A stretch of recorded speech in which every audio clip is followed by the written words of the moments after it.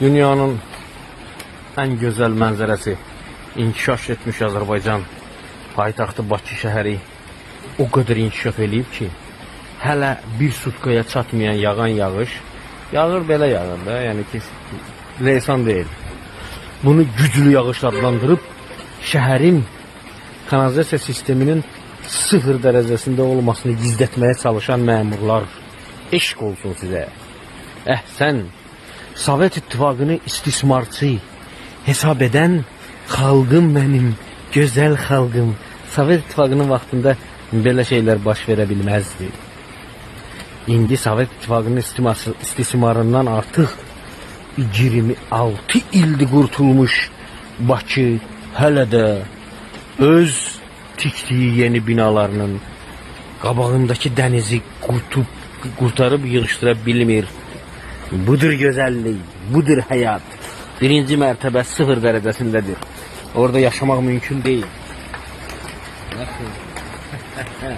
Bunlara baxın da, həyat evləri. Yavaş-yavaş inşallah uçulurlar. Baxın, evlərdə hamısı çıxıb gedib, məcburdular. Orada yaşamaq mümkün deyil. Buyurun baxın, gözəlliklər. Azərbaycanın deputatlarının maaşı qalxmalıdır.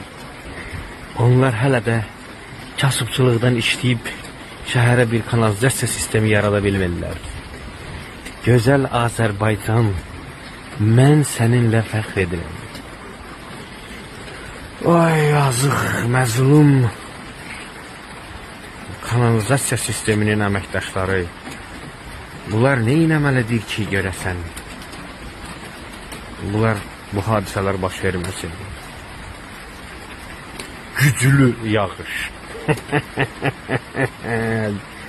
Dünyanın gözəllikləri qarşısında məhtəl qalan gözəl Bakı. Ey gözəl Azərbaycan, sənin paytaxtına heyran, Bakının vəziyyəti cəmaat kəf eləyir, inanmırsız baxın, sevindiyindən girib suyun altına. Gözəl insan, sən nə qədər də öz vətənini sevən, öz paytaxtında yaşamaqdan fəxr eləyən bir oğulsan. Yaşa, yaşa ey gözəl insan, yaşa. Buyurun. Fəvqəladə hallar 3 saatdir gəlib orada yalandan durub ki, güya nəsə eləməyə gəlib. Daha. Burada da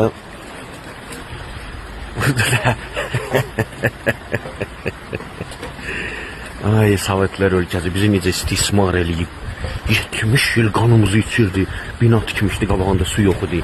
İndi binaları tikiblər. Qabağında dəniz. İşığı yox, qazı yox. Kəsildi binanın ışığı, qazı. Yaşayırlar. Bak, bu əjdaha kimdir? Ana buna qədər. Suya bas. Yox, nə qədər su var. Keyf eləyirlər, əjdaha. Niyə gəlib qalıb orada? Heç kim yaxın da durmuyor. Yalandan durublar orada.